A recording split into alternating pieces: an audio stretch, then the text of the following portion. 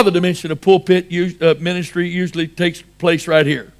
It's the elder ministry. It's the fivefold ministry. It's the fivefold giftings. That's the father dimension of leadership. What do fathers do? They provide, they protect, they correct, they direct. What do mothers do? They nurture, they care, they train, they teach the most basic, important things of life. Sorry? Oh, okay. Joel's the baby. Big baby. He was a big baby when he was born. He was 10 pounds and 1 ounce when he was born. Never slowed up. Been a big baby ever since. He's still his mother's baby. He can get anything he wants from her. He knows how to do it too. Right? Well, when he was young, he was the baby. He loved it. I taught him how to tie a shoe. He's 3 years old, 4 years old. He'd come put his shoe on, plop that shoe up there for me to tie it. Wait a minute, boy. I've already shown you how to do that. And he and I'd go round and round. I showed you, I want you to do that. I've shown you, I know you know how to do it. I showed you how. You know what his mother would do? She wouldn't say a word. She'd just reach over there and tie his shoe. You know what I'd do? What are you doing? He's never going to learn to tie his shoe if you're always doing it. Now, that's the difference between a mother and a father. Now, the father sometimes has to reprove, rebuke, and exhort. Well, what do you do when you got brand new babies sitting out there? How do babies survive when dads have to be dads? I'll tell you how. The mother dimension of leadership says to the new baby, that's okay. I know that was a little strong today, but Dad really loves you. He just is trying to do that for your good. That's okay. Don't get all upset. It's all right. You need to listen to what he said now. But that was, what happens when a church doesn't have the mother dimension leadership? How do babies survive when Dad had to correct the whole body, but there were no mothers there to help the babies handle it?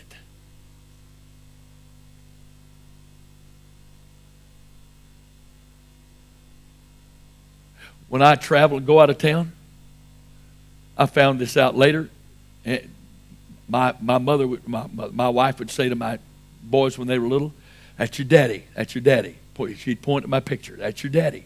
Your daddy's away, but he's coming home. He'll be home. That's your daddy. That's your father right there."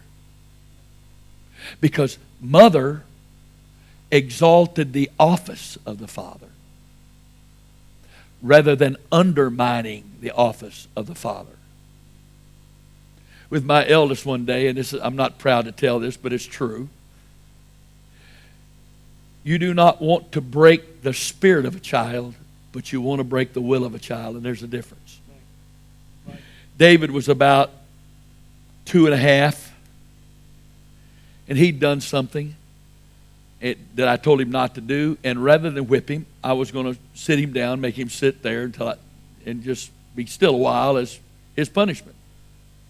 I said, "Boy, you get up in that chair and sit till I tell you to get down."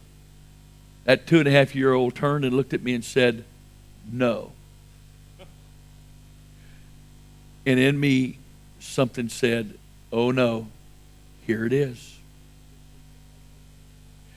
If I don't win this fight, I will sow the seeds that he does not have to listen to me." Do you know why parents are supposed to teach their children to obey?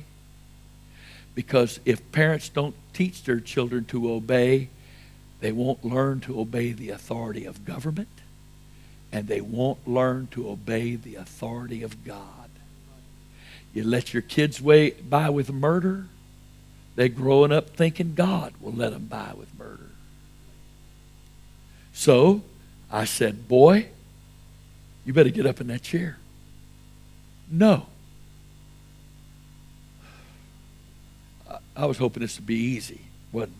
I said, "Son, you get up in that chair right now, or you're going to get spanked." No.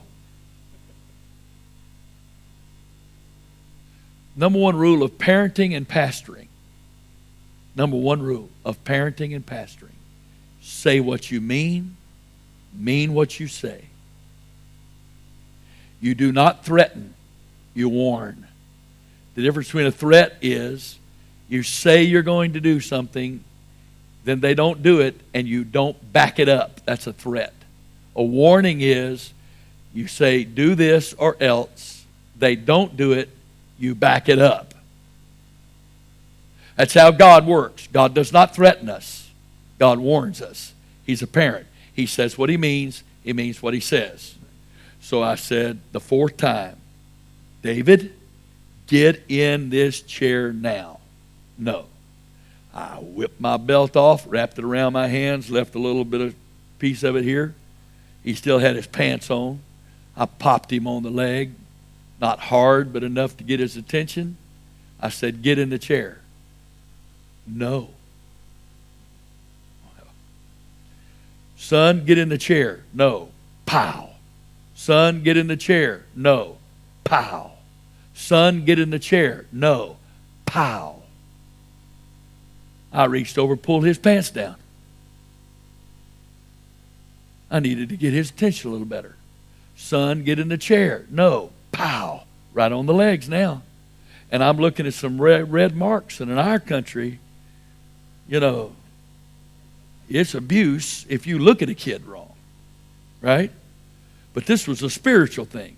I'm not an abusive person. In fact, I probably am too easy in most situations. But if this was going on, I couldn't lose. I couldn't. Get in the chair. No. Pow. Guess where my wife was the entire time this was going on? This was a Sunday afternoon. She was laying on the couch in the living room with her eyes closed, trying to rest. She's a light sleeper. I knew she wasn't asleep. David had done what he was supposed to do. We're all in the living room together. All of this is going on with her laying there. I knew she wasn't happy. She never opened her eyes. She never made a move. She never expressed displeasure.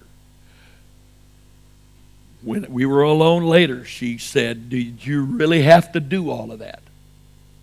But it was between me and her. He never knew that she was unhappy over that. Well, of course she wasn't going to be happy over that. She was the mother. I wouldn't expect her to have been happy over that. I'm a dad. I understand this. She understands her part of it. We have different roles. One is not right and the other wrong. They're both necessary. It wasn't getting anywhere.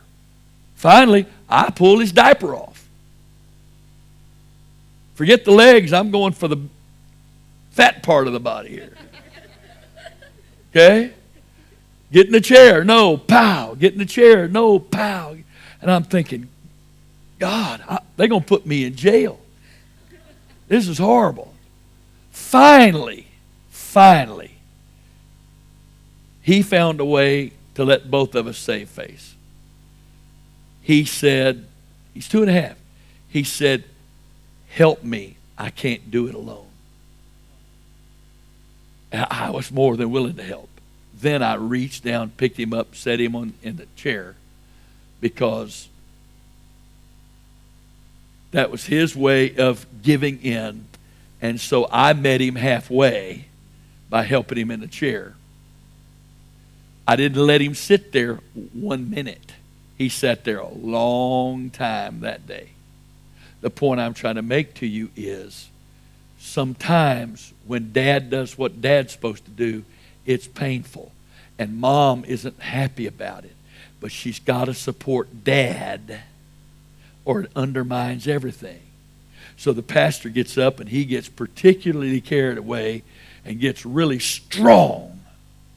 And people get upset. And let me tell you something. Flesh gets upset. Woe be to the church where those who are supposed to be the mothers, when the upset ones come to them, say, yeah, you're right. That was uncalled for. That was unnecessary today. He is so hard. He's so harsh. That's terrible. I've had those kinds.